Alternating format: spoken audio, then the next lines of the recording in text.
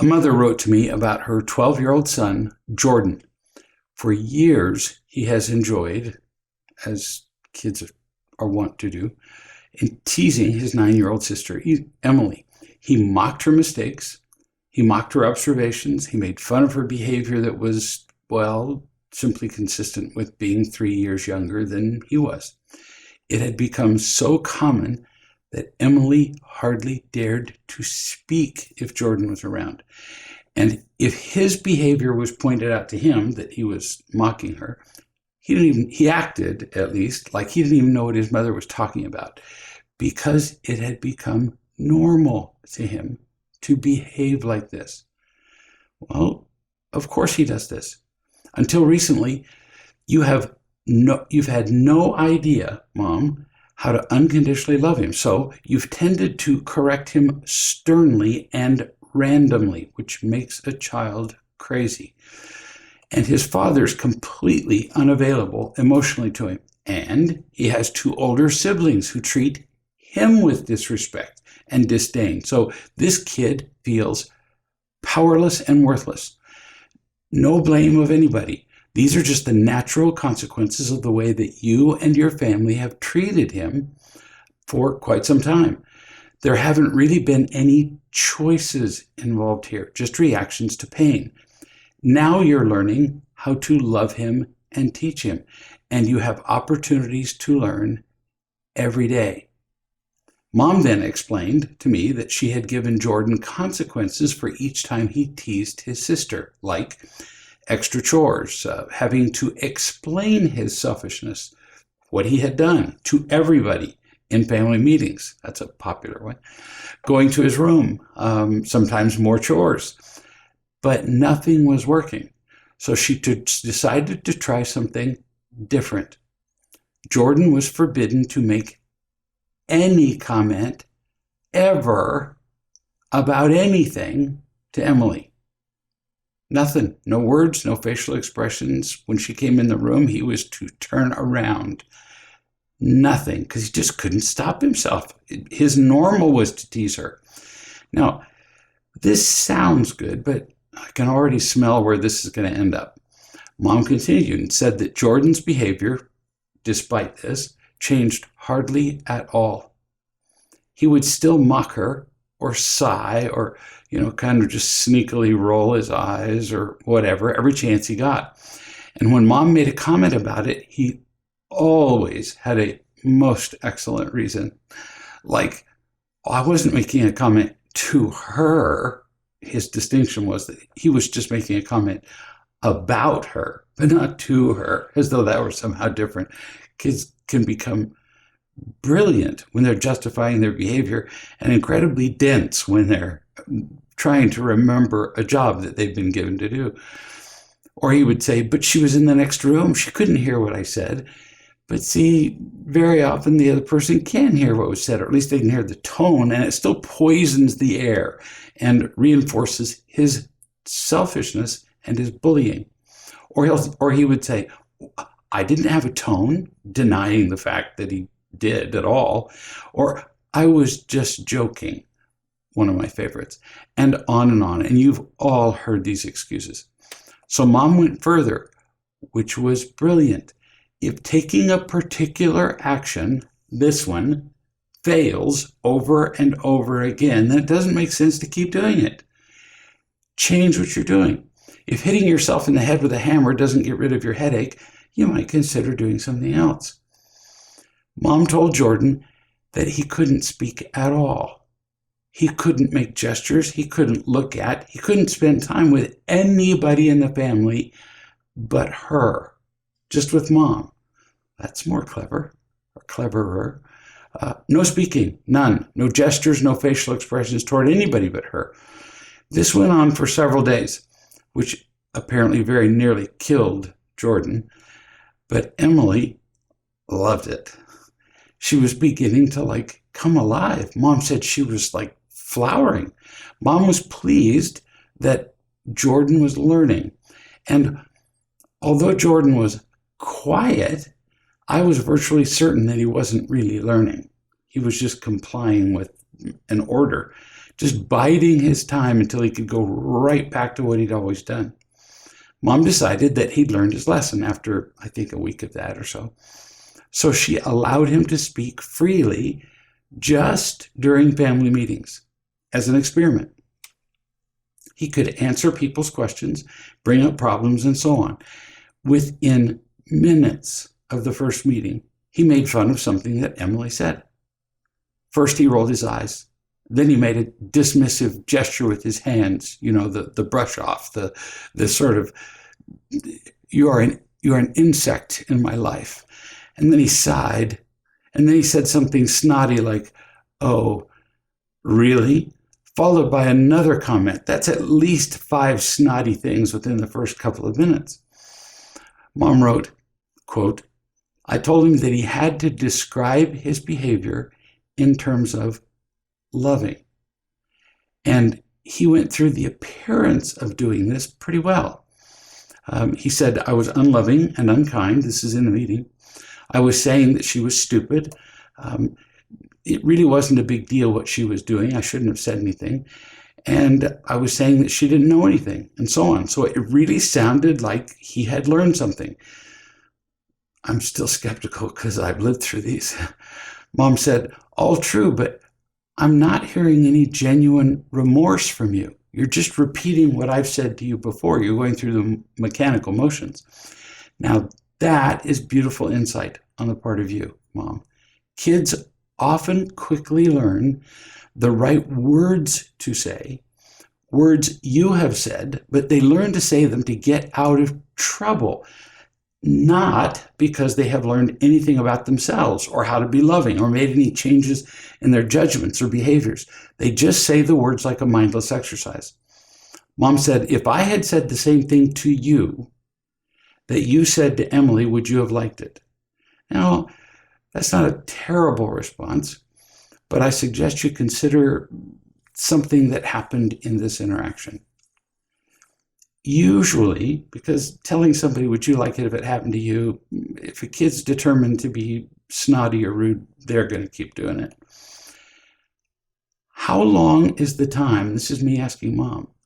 Exactly the time, in seconds, from the moment that you see Jordan begin his comments or gestures until you say something about it, because you can tell that it's coming.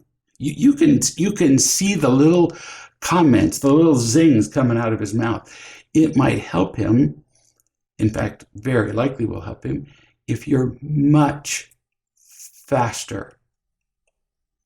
Watch him, listen to him. You'll know when he's about to do something like that. You've seen it and heard it so many times, you should be able to smell it in the air before he even speaks.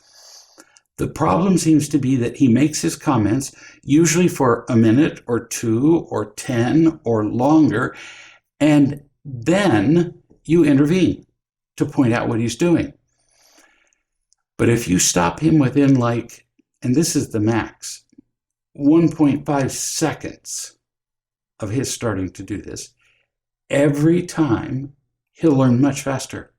And you don't do this intentionally, but every second that he's unkind or bullying, it confirms in his mind unconsciously that his behavior must be okay because you're not doing anything. This is how we teach dogs and horses immediate feedback. Immediate. Dog does something, you have to act right then, or the dog has no idea the association between what the dog did and what you're doing. And it works well with kids. Well, it works well with adults too. So let's say that his sister says something. You already know what kind of things she'll say that he'll make a comment about. You know that he's forming an opinion. You can smell it. And you know that it's pretty much never supportive. I mean, when was the last time you heard him say, "Oh, my dear sister, that was just a brilliant observation"? Never. So you know it's going to be something derogatory. So watch and listen, and the moment you see that mocking or argumentative expression on his face, you know the one I mean, or you hear that negative or mocking tone, you put up your hand, everybody recognizes this sign, and you say, Talk to me. Immediately, in less than 1.5 seconds. And you will have explained ahead of time what it means when you put up your hand. Talk to me means that he has to describe what he was about to do or say, or had begun to do or say, as well as what impact that would have on a sensitive little girl who feels criticized by him all the time. He has to do all of that when you say, talk to me. And then you ask everyone else in the family to do the same thing, to immediately stop him and require that he explain what he's doing when he has these attitudes, when you're not around. If you're around, that's your job. But you're often not, and he does it, and since he gets away with it, he thinks it's okay. The rest of the family will love this opportunity. It's time for him to finally stop. It's hurting him. It's hurting everybody completely. He's not improving. He's actually addicted to the drama and the control of his criticism and teasing. And so far, he's approaching his behavior like an alcoholic who tries to drink less.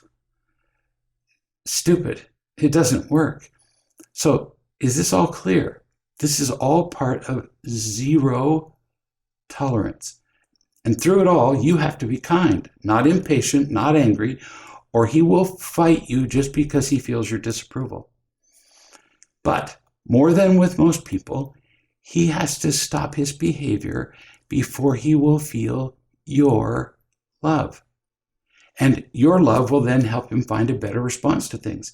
Yes, usually you would hope that simply loving him would motivate him. But that's proven not to be the case.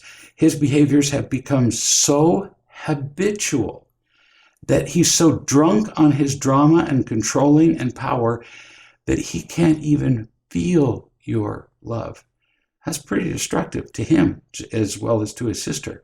He's told you many times that words just pop out of his mouth before he's even thought about them. Mom gave me an example of her interacting with Jordan from the past.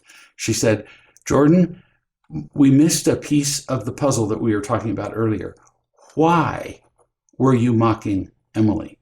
And they had talked enough that he knew at least the intellectual answer. He said, to get a feeling of power, but you can feel the insincerity in it. He's just going through the motions. He's just guessing at the right words to see if those are the words she wants to hear. Mom said, do you remember that kid in the book, Jesse? This is a kid from a book called Under the Bridge. She said, it's like that. He got bullied himself, so then he bullied others. In the past, I bullied you with my anger and bossing you around, and then your older brother bullied you as well. So it's understandable that you would do the same thing to other people, especially your sister. But now you're not being bullied anymore. So you don't need to do this. It's making you mean and unloving, and it's making it impossible for you to feel loved. So you have to get rid of this habit. That quick hit of power that you get from talking to Emily, is it worth it? What if instead you could be a really nice and kind big brother to Emily? Someone she could look up to and trust. Imagine that. That's what you wished for with your brother, but you never got it, and you wished you had. You always had to watch out, in fact, because you never knew when he would turn on you. And that's what you do to Emily, and that's how she feels. Mom said that when she'd finished talking, Jordan actually cried a little. Mom said, you didn't get a big brother like that, but you can be a big brother like that for Emily. The power you will feel from being loving to Emily and then from being loved is much bigger than the power you get from bullying someone. Jordan says, it seems like I have so many things to remember. Don't mock, don't roll my eyes, don't sigh, don't. And Mom, this is just an attempt on his part to look like a poor little victim while he's actually being an unkind bully. So Mom said to him, no, there's really not a lot of things to remember. You simply pause to think about what you're doing. Pause for a second or two. If you stop, and think for a second, you know in any given moment what the right choice is. To mock Emily, or support her, or say nothing. You know which of those is best. It's not that complicated. Then make the right choice instead of just focusing on what you want at the expense of what is right and good. And then Mom says, I hugged him a little and he left. Now, these are good points. You're doing great. I'm going to give you just a little more to consider. This is a lot. First, he can't focus only on stopping unloving behavior. That's like getting to neutral. It's not enough to not be a bully. It's not enough to just not drink, for example, or not be unkind. It will help him a lot understand that his goal is to be loving. Remember, loved, loving, responsible. That's what makes happy kids. Have him come up with loving things that he could say or do during the day with people, especially Emily. Have him come up with them and have him write them down. And don't show them to Emily ahead of time. She doesn't want to feel like a project. And no, it's not a lot of things to remember. It really comes down to be loving. That's how long you have to pause. Is what I'm about to say loving? Well, if the answer is well, that means no, it's not. If it's not a loving thing, you simply don't do it. And it's not that hard to remember. It's not a whole lot of things to remember when I'm approaching a stoplight. Should I stop? Should I go? If there's an ambulance crossing the street, do I go now? Let's see, if there's a red truck in the intersection, is it okay for me to go? If there's a red light, I don't go. If it's not loving, I don't go. I need to think about being loving, and he needs to work at consciously being loving. Mom says, a little later he asked to talk to me. He was embarrassed, and he said that sometimes he hears a voice telling him to do stupid things. If he went somewhere a certain way, then the voice would say he had to leave the same way, through the same door, take the same path. In other words, little obsessive compulsive things, little repetitive silly things. He said it didn't make sense, but he felt compelled to do it. Yes, I believe that.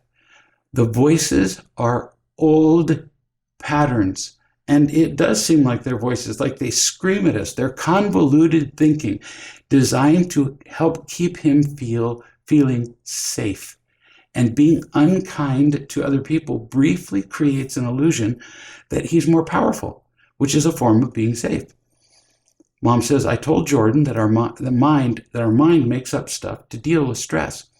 When we can't control our external circumstances, when we feel out of control. And then the mind makes stuff up for us so that we can feel back in control, like tease his sister. I said, this is Mom, as much as possible, don't pay attention to the voice or the compulsion. Don't fight it. Just let it pass. And remember what is true. And what is true? I want to be loving. I want to be happy. What is true is that you're not bullied now, that I love you so much more, Mom speaking, than you've ever known before, and you have the power to make good choices now that will make you happier. So you're getting a lot better at this, Mom. His unloving behaviors have to just finally stop right now. Slowly decreasing them just isn't going to do it. And you're learning how to love and teach him. Again, immediately stop anything that is not loving, which requires a pause from him or possibly a reminder from you. And then the second thing, to just make everything simple. Consciously choose loving behaviors, because that's the kind of person he wants to be. There's a lot to learn here, but you learn it and you teach it, and you're going to change the rest of his life.